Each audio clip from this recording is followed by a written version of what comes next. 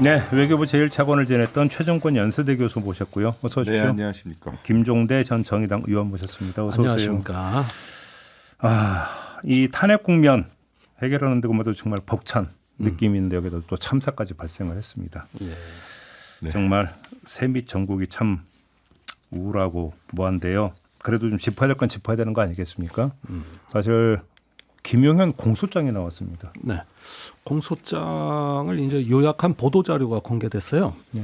그래서 제가 이걸 몇 번을 읽어봤는데 조금 방향이 보입니다. 방향? 어떤 방향? 예를 들면 경찰과 조사본부에 대해서는 참 상세히 또 썼구나. 아, 검찰에서? 예. 근데 검찰 관련 사항은 한 건도 안 나오지 않습니까? 저는 이 대목도 좀 우리가 갖고 있던 의구심을 좀 드러내는 대목이고요. 네. 검찰이 왜 계엄 당일날 11시에 긴급대책회의를 소집했는지 이 궁금한 점이 한 번도 해명이 된 적이 없어요. 반면에 지금까지 보니까 조사본부와 경찰청에 대해서는 우리가 알고 있던 것보다 훨씬 혐의가 큽니다. 이렇게 보면 여태까지 그 내란의 주체가 내란을 수사해왔다. 이 얘기도 되는 것이고요. 그다음에 김용현에 대한 그 공소 내용 치고는 상당히 이제 대통령을 내란 수괴로 지목했는데 몇 가지 특이한 사항들이 좀 있습니다. 그러니까요. 예. 네. 우선은 직접 그 발포라는 단어를 대통령이 썼다. 총을 쏴서라도. 예, 총을 쏴서라도 그러니까. 또 문을 부수고 예. 폭력을 행사하라는 주문이 2번 나오거든요. 예. 예, 그다음에 이진우 수방사령관한테는 더 여러 번 나옵니다.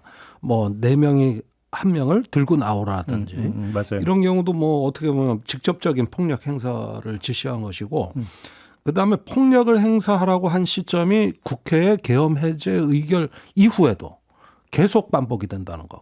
그러니까 국회의 계엄 해제 의결을 애초에는 존중할 의사가 없었다는 거. 예, 이런 점도 이제 중요하게 나오고 그다음에 제가 평소에 좀 많이 강조했던 건데 아마도 어떤 통치 모델이 있을 거다. 그러니까 계엄 선포 이후에 성공을 했다면 예. 그 이후에 예. 이 국회 마비는 그 자체가 목적이 될 수 없어요. 뭐 비상 입법기구 얘기도 나오던데 보니까. 그게 나오는 겁니다. 그러니까 계속 그 11차례에 걸쳐서 계엄을 모의했는데 예. 그 중에 비상대권이라는 단어가 계속 나오고 그렇죠. 예. 이 비상대권은 이제 대통령의 비상조치권을 요구하는 거거든요. 거기에다가 이제 그 대체 입법기구 그게 이제 전두환의 그러니까 국가보위 입법회의하고 똑같은 거죠, 뭐 사실. 그렇습니다. 뭐 또 거슬러 올라간 박정희의 통일주체 국민회의나 어떤 유정회 같은 것까지도 예상할 수 쿠데타 있어요. 직후 이제 혁명평의회죠, 혁명평의회. 혁명평의 예, 5.16 입구도 국가재건 최고회의. 그렇죠. 예, 뭐 이런 것들이 있었죠. 그러니까 뭔가 대책기구가 있었을 법한데 이 설계도를 누가 그렸냐. 그 컨트롤 타워가 있을 것 같다 그랬는데 일단 암시만 돼 있어요. 그렇죠. 예, 그 부분이 앞으로 수사 대상이 될 걸로 보이고 이래서 종합하자면은 이런 공소 내용이라면은 이제 내란 수계이자 몸통 또 원래 이 내란의 본 계획을 갖다가 이제는 수사할 수 있는 시점이 무르익었다. 저는 그렇게 보고 체포도 이제 가능해질 걸로 봅니다. 김용현을 기소하는 공소장임에도 불구하고 주어는 사실상 윤석열 대통령으로 보여요. 우리 김 의원께서 말씀하셨지만 사실상 정리하자면 이렇죠. 첫 번째 윤석열은 자신이 내놓은 포고령이 되게 합법적이라고 생각했던 것 같아요. 왜냐하면 국회의원들 다 포고령 위반이야 체포해라는 발언이 나온 것이죠. 이거는 사실 포고령 자체가 위법적이고 위헌적이었음에도 불구하고 예. 본인이 했었던 포고령 자체가 합법적이라고 믿었던 것 같고요. 예. 그리고 사실상 국회를 소멸하려고 했었던 것 같아요. 총을 쏴서라도 그러니까요. 결국은 이게 국회에 경종을 울리기 위해서 했다라고 하는 본인의 사후 발언은 이 발언 자체로 뒤집어지는 것 같고요.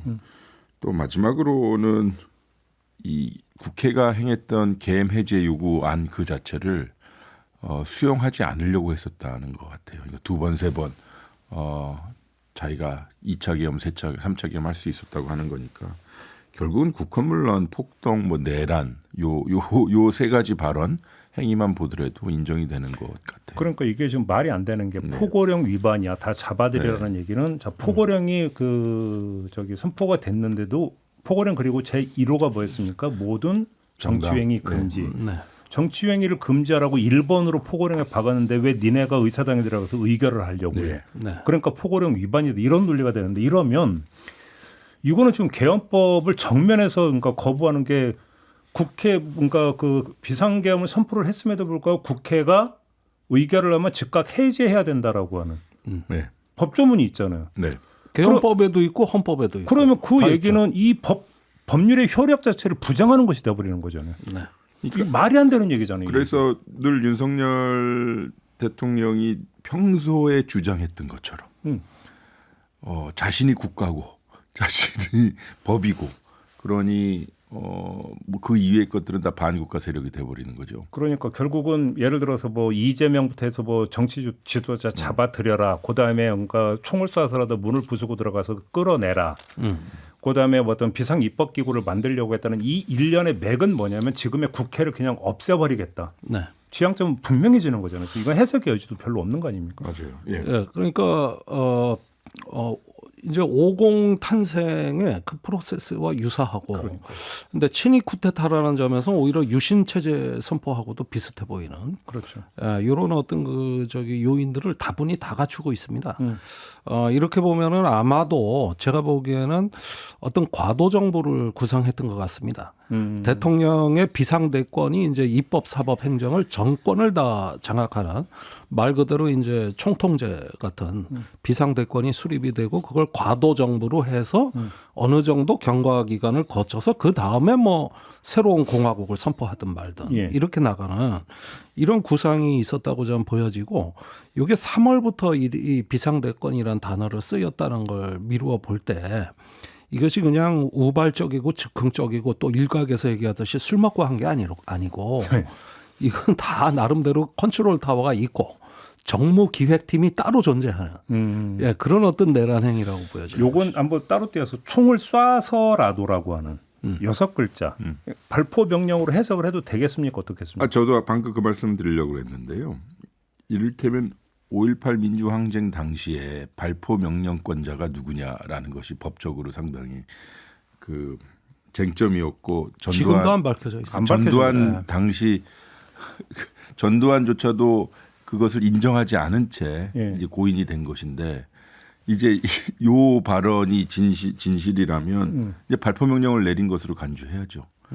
그리고 김용현 이 모든 상황이 끝나고 합참의장, 계엄사령관 등등과 함께 자기네들은 군 통수권자의 명령을 받아서 이 작전을 이행했다라고 하는 것도 공소장에 나오는 거거든요. 그렇다면 당연히 군 통수권자인 대통령이 이진우 등에게 총을 쏴서라도라고 하니 이거는 발포 명령으로 봐야죠. 이것도 이건 대단한 거죠. 이거는. 여러 번 정말 말이 안 되는 반복해서 거죠. 독촉이 됐다는 거고요.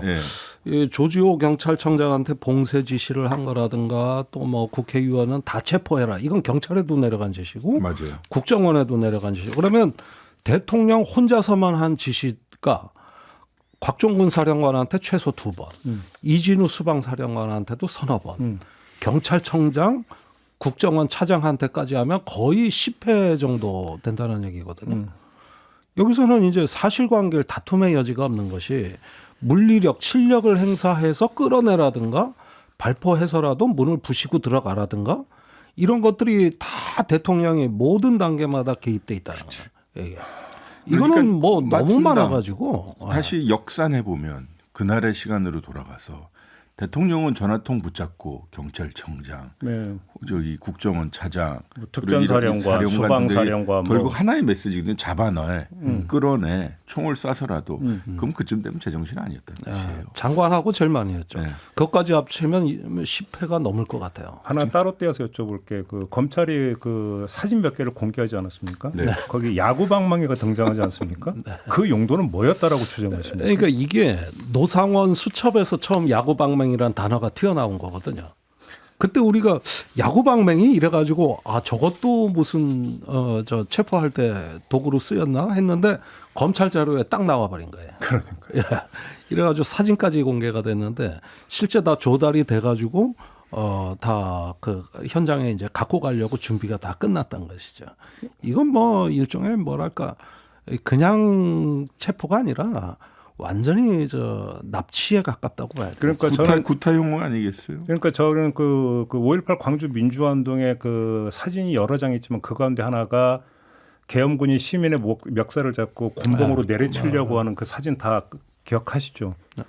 그 장면에서 결국은 곤봉이 야구방망이로 바뀌는 거 아니냐 이렇게 해석을 해야 되는 거 아닌가? 그때 당시에 그게 이제 충정봉이라 그랬던 건데 그게 87년 6월 항쟁 이후에도 계속 쓰였습니다. 예. 군내에서 충정 훈련 받을 때 그 쓰던 봉이거든요. 그래가지고 군대에서는 다 그걸로 준비를 하고 시위 진압 훈련도 하고 있었던 거고. 그러니까 너무나 그게 치욕적이고 또 반역사적인 거라서 없어진 줄 알았는데 그러니까 이제 야구방맹이 이제 등장하는 건데 그저 사라진 야만을 다시 보는 것 같아서 아주 소름이 끼칩니다. 도대체 어디까지 가려고 한 건지 그러니까 상상만 해도 정말 소름이 끼치는 건데. 이거 앞으로도 계속 이야기하겠습니다만 결국은 이 윤석열 정부 혹은 윤석열 대통령이 가장 강조했던 게 인권이며 자유민주주의며 그렇죠. 소위 민주적 가치 모든 것의 가치라는 걸 던졌는데 결국은 총을 쏴서라도 예. 문을 부수고 들어가서 국회의원들을 끌어내라라는 이 말 한마디로 정리가 될 것 같아요. 근데 그럼 우리가 지금까지 알고 있는 그다음에 수사로 나왔던 것은 빙산의 일각일까요? 그 뒤에 프로그램이나 심각합니다. 프로젝트가 있었다고 봐야 되는 거죠. 예, 여기 여러 가지 그 참고 사항 자료에 보면은 딱 하나 녹취록이 하나 나옵니다. 녹음 파일에 김용현이가 이제 그 12월 4일 날 계엄을 해제하기로 하면서 했던 훈시 같아요. 여기에 이런 문장이 있어요. 여러 가지 어려운 여건에서 임무를 완수해준 우리 수방사, 방첩사, 특전사, 지작사가 나와요. 네. 네. 그리고 여기에 함께 하고 있는 우리 지통실 참모들, 합참 의장님 포함해서 모든 분들께 고맙게 생각합니다. 네. 저는 이 단어를 주목하는데 지작사령관도 연루되어 있다는 의혹이 나왔지만 또 부정하지 않았습니까? 아니 국회에선 나왔죠. 네. 그랬는데 그 계엄에 선포되고 국회만 제압되면 그 다음에 전군을 동원해서 실제로 어떤 그 전국 단위의 비상계엄 체제 이걸 하려면은 지작사의 어떤 그 좀 선제적인 어떤 협조가 없으면 불가능하거든요. 그러면 예를 들어서 군인이 양구군청 간 거나 그런 것 이런 장면이 전국에 걸쳐서 다 그러니까 연출될 수가 있었다. 그 지역의 군단 단위의 지역 계엄 사령부가 구성되는 게 바로 다음 스텝이었던 것 같아요. 그러니까요. 예, 바로 그 지점인데요. 계엄법에 보면 계엄 사령부는 어쨌든 중앙에 수도에 차려져 있는 거고 제2계엄 사령관이 임명이 되고 제2계엄사가 설치가 돼야 되는데 그거는 제2지작사예요. 그러니까 소위 대구에 있는 건데 거기서 그날 밤 제2계엄 사령부가 설립이 되었는지 안 되었는지도 나중에 꼭 파괴되어야 될 부분이라고 생각해요. 왜냐하면 결국은 전국 단위의 이 계엄 체제를 마련하기 위해서는 지방 행정도 중요한 것이니까요. 그러니까요. 네, 그러니까 어떻게 보면은 전군을 계엄군화 어떤 이런 차원에서의 좀 그랜드 디자인이 분명히 존재했던 걸로 보여지고 네. 이런 내용을 포함한 어떤 그 작전 계획, 마스터 플랜 같은 거 예, 이런 거 존재 여부가 더욱더 수사에 초점이 돼야 되겠다 하는 느낌이 듭니다. 네.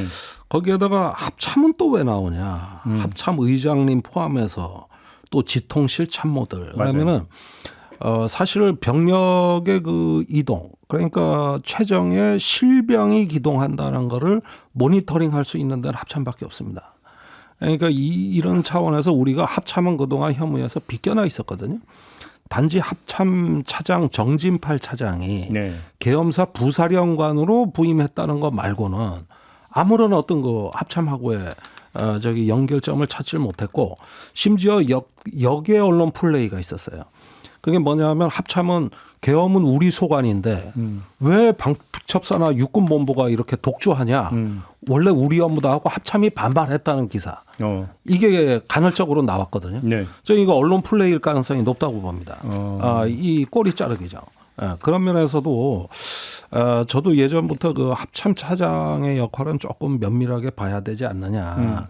왜냐하면 이 C4I라고 해서 그 한국군의 신경과 혈관망을 총 컨트롤 타워하는 데가 합참이고 네. 이걸 어떻게 비껴날 수 있냐 이게. 그러니까 여기 보니까 골고루 지적을 하고 있어요. 김영현이가. 너도 수고했고 너도 수고했고 거기도 수고했어. 이런 식으로 전부 다. 이런 게 단순히 물귀신 작전 같아 보이지가 않아요.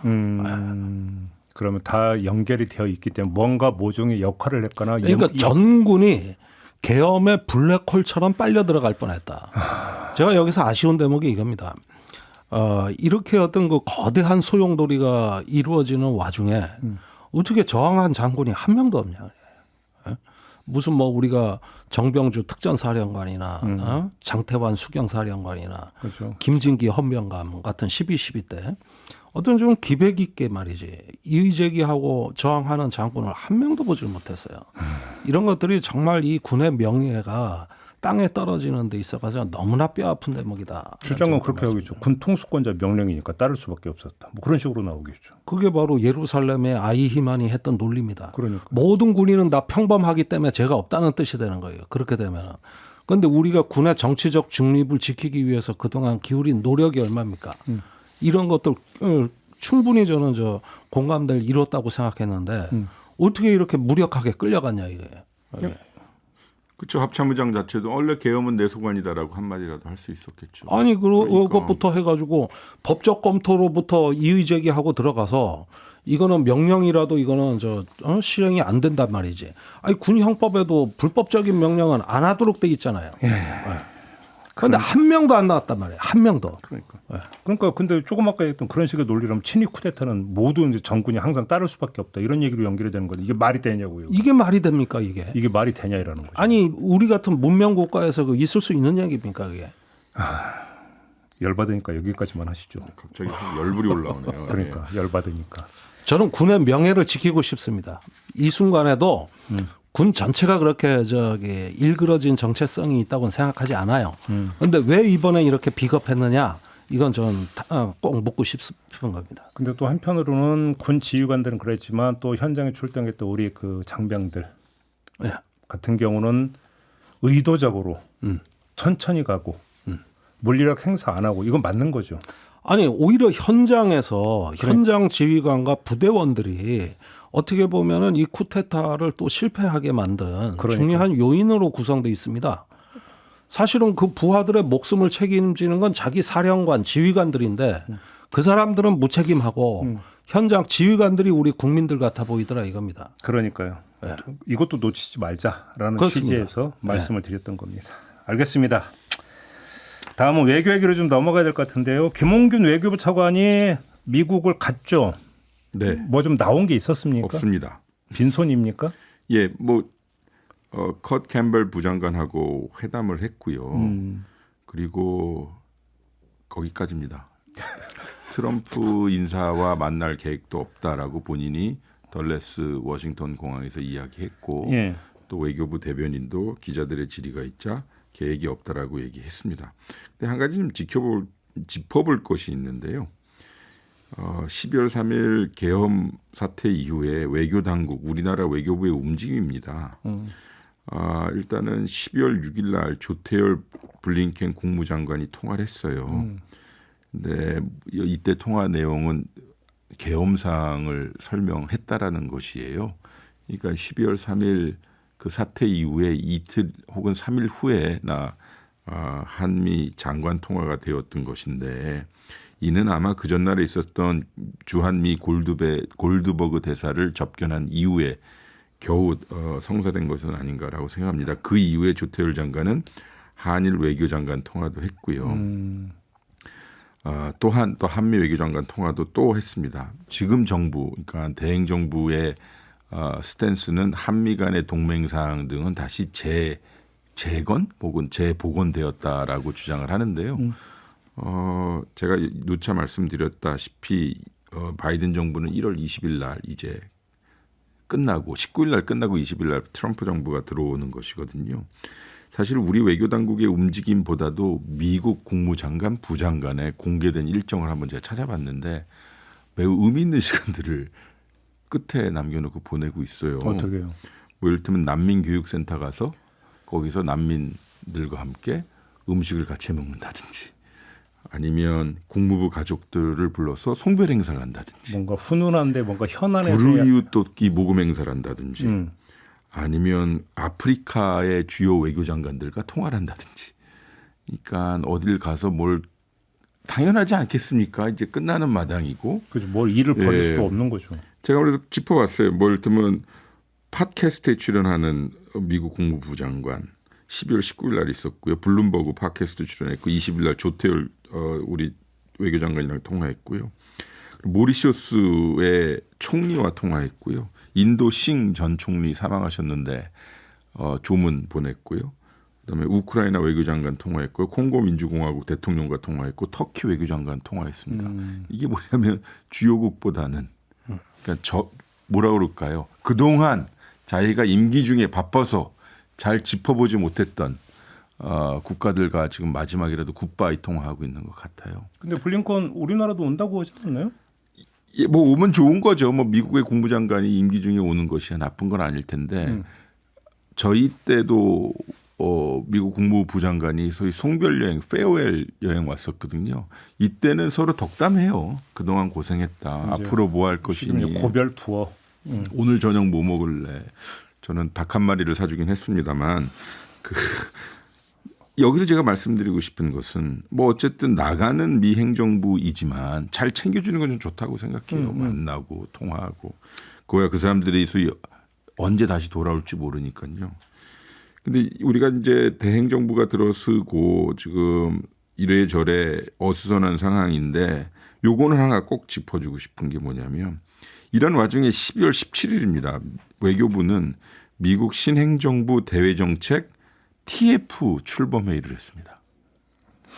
그러니까 다 출범하고 나서 한 건데 이때 이게 외교 1차관이 이제 TF 팀장인데 미국 대선이 있은 후에 거의 20일, 30일이 되어서 된 거죠. 물론 우리가 탄핵 국면이 있어서 이래저래 불편했다고 하지만 이게 좀 직전 정부인 문재인 정부와 좀 비교해드리고 싶은 것은 20년 8월부터 당시 문재인 정부 외교부는 미국 대선 TF를 만들어서요. 그러니까 트럼프 캠프, 바이든 캠프의 동향 면밀히 주시했고요. 바이든 대통령 당선 후에는 대미 정책 소통 TF로 전환해서 소위 바이든 사람 만나러 다녔고, 근데 지금은 12월 17일이니까 지난주인데요. 지지난주인가요?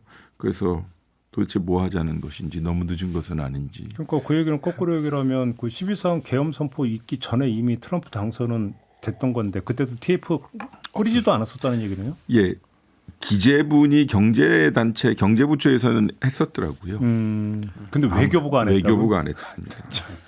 아니 외교부가 제일 먼저 했었어야 되는 거 아니에요? 예, 말씀드립니다만 문재인 정부의 TF 팀장은 저였고요. 그때 8월 때부터 이미 미국 대선, 왜냐하면 트럼프의 재선이 당시 우리가 추진했던 한반도 평화 프로세스와 방위비 분담금과 뭐 여러 주요 한미 간의 여러 정책이 민감했기 때문에 뭐 그렇지만 어느 정부든 다 그렇지 않겠습니까? 뭐 윤석열 대통령이 뭐 트럼프 외교용으로 골프 치러 다닌다 뭐 이런 얘기 뭐 대통령실에서 했는데 나중에 뭐 707 특임단 골프 치고 그러니까 그럼 그것도 아니고 아예 손 놓고 있었다는 얘기잖아요 결국은. 그래 보여요. 뭐 어쨌든 그날 보도자료를 보면 신행정부 TF 대외정책 TF 출범한 날 보도자료를 보니까 오랫동안 준비해 왔다라고 얘기는 해왔지만 어쨌든 출범은 이런 것은 밖에 내보내는 메시지가 중요한 거지 자기네들끼리 숨어서 TF하는 거 아니지 않습니까? 아니 그러니까 우리가 미국의 신정부건 아니면 미국 그 자체에 대해 가지고 계엄에 정신 팔려 가지고 아무 대책도 못 세웠다. 이렇게 한번 우리가 가설을 세운다면 그 역방향이 있잖아요. 미국은 우리한테 어땠을까? 그러면 같은 시간대. 그렇죠. 저는 이번 계엄을 취재하면서 명확하게 발견한 한 가지가 있어요. 이 윤석열 정부 들어가지고 미국의 어떤 견제와 감시가 한국 정부에 대해 이렇게 심한 적이 없었더라고. 그래요? 예. 그건 몇 가지로 확인이 돼요. 특히 그 저 한국 내 휴민트 인력을 대폭 강화했습니다. 미국에. 예. 예를 들면은 뭐 미국의 정보부대 같은 경우는 여기에 휴민트 부대가 없었다고요. 주로 시그너트 이렇게 신호정보, 통신정보 쪽으로 돼 있었는데 네. 이번 윤석열 정부 들어와가지고 무려 2개 대대 휴민트 부대가 신설이 됐고 2개 대대? 예. 또 그 외에도 보니까 상당히 많은 오비들을 접촉하고 있었던 걸로 보여집니다. 예, 그러면서 어떤 정보 유통이 유달리 좀 심했고 또 민주당 정부는 오바마 때부터 지금에 이르기까지 이 뭔가 이 소수자 보호라든가 여성 우대라든가 이런 어떤 자기들의 민주주의 어떤 원칙을 갖고 있었거든요. 그거에 정확히 들어맞지 않고 어긋나는 게 윤석열 정부입니다. 그러다 보니까 여러 가지 어떤 정책적인 문제의식도 많았던 것 같아요. 특히 여성가족부 폐지 같은 거는 윤석열로서도 아마 좀 부담이 됐을 겁니다. 그래서 그런 점에서도 제가 보기에는 조금 윤석열 정부에 대해 부담스러워하는 어떤 그 기류 이런 것들이 좀 정보 활동에서 드러나는 것 같아요. 못 믿었던 거네요, 그러니까. 전 그게 이번 계엄 사태에 있었다고 봅니다. 그러니까 따지고 돌아가면 정권 출근하면 그 도청 파문이 있었잖아요. 그것도 작년 4월에 그것도 도청 뭐 다 했죠. 뭐. 그러니까 뭐 같은 연장선상에 있는 얘기라고 봐야 되는 거네요. 그렇게 놓고 본다면. 아무튼 근데 지금 내일 모레면 지금 트럼프 행정부가 뜨는데 지금 아무것도 지금 연결고리를 지금 확보를 못 하고 있다는 얘기잖아요. 결국은 지금 말씀드리기 조심스럽으나 워싱턴에 나가 있는 대한민국 대사는 이 정부에서 기용된 조현동 대사란 말입니다. 외교 1차관을 처음으로 하고 그러니까 모든 차관 이상의 인사가 정무직 인사여서 뭐 정치적 관점으로 볼 수 있겠죠. 그래서 이 사람이 얼마나 대표성을 가지고